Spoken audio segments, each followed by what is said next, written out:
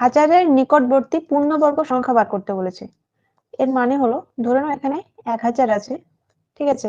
তাহলে এর ঠিক আগে এবং ঠিক পরে পূর্ণবর্গ সংখ্যা যে দুটি সংখ্যা থাকবে সেই দুটির মধ্যে যে সংখ্যাটা 1000 এর নিয়ারেস্ট হবে সেটা বার করতে হবে, ঠিক আছে? ধরে নাও এখানে একটা সংখ্যা আছে, যে সংখ্যাটা কোনো সংখ্যার স্কোয়ার হবে নিশ্চয়ই, যেহেতু পূর্ণবর্গ।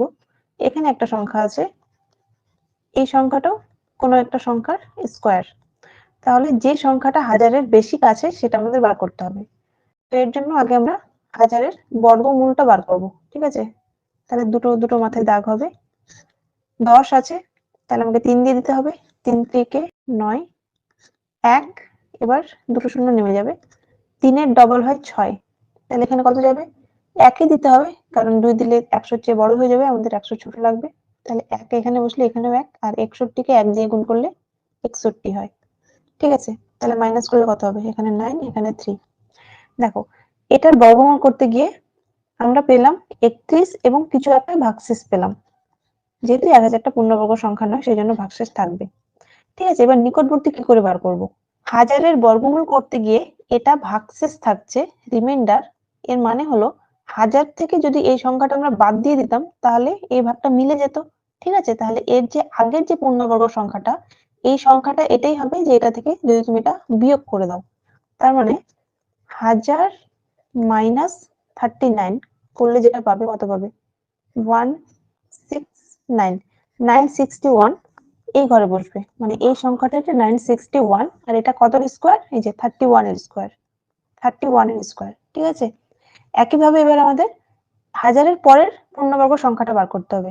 তাহলে এই সংখ্যাটা যদি 31 এর স্কোয়ার হয়, তাহলে এই সংখ্যাটা কত হবে? ঠিক এর পরের সংখ্যা মানে 32 এর স্কোয়ার হতে হবে।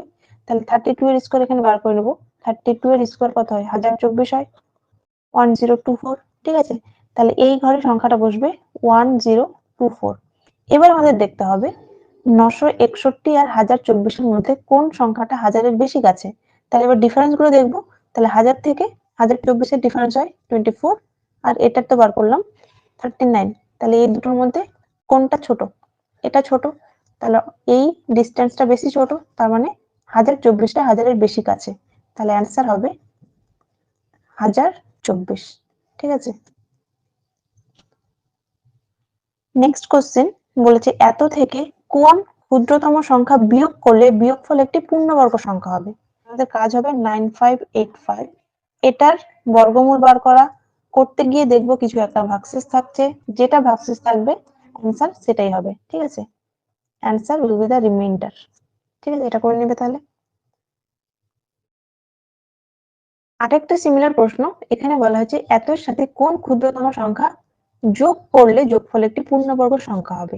যোগ করার ক্ষেত্রে আগে আমরা সিমিলারলি একইভাবে বর্গমূলটা বার করব।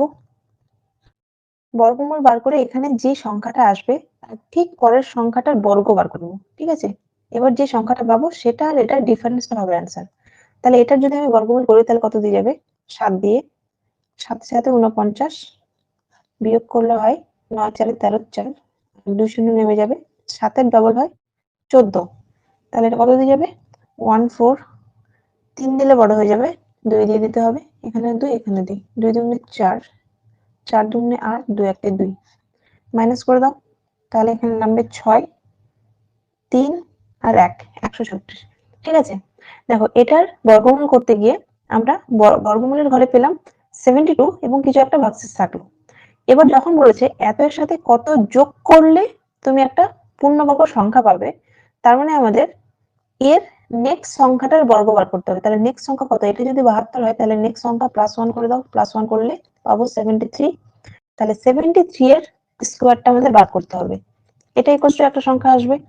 এবার এটা যে সংখ্যাটা পাবো এটা মাইনাস আমাদের গিভেন যে সংখ্যাটা আছে 5320, এটা যেটা পাবো সেটা হবে অ্যান্সার, ঠিক আছে? তাহলে 73 স্কোয়ার কত হবে? 73 ইন্টু 73, 3 3 কে 9, 3 7 21, 21, 42 এর 2, 4 7 7 49, 9 4 13, 5329। তাহলে এখানে হবে 5329 মাইনাস এত, ঠিক আছে? এটা অ্যাকচুয়ালি মানে এই লাইনটা অ্যাকচুয়ালি ভুল, কারণ এই লাইনটা আমরা এটার স্কোয়ার শুধুমাত্র এটা, আচ্ছা এটাকে আমি সেপারেট লিখছি, এটা ইকুয়ালস টু 5329 29, ঠিক আছে? আর এটা সেপারেটলি এই জায়গাটা। তাহলে এটা মাইনাস করলে পেয়ে যাবো 9। তাহলে 9 হবে অ্যান্সার। মানে মূল সংখ্যার সাথে মানে এর সাথে যদি আমরা 9 যোগ করে দিই তাহলে এটা পেয়ে যাবো। আর এই সংখ্যাটা একটা পূর্ণবর্গ সংখ্যা, ঠিক আছে? এই ইকুয়ালটাকে কেটে দিই।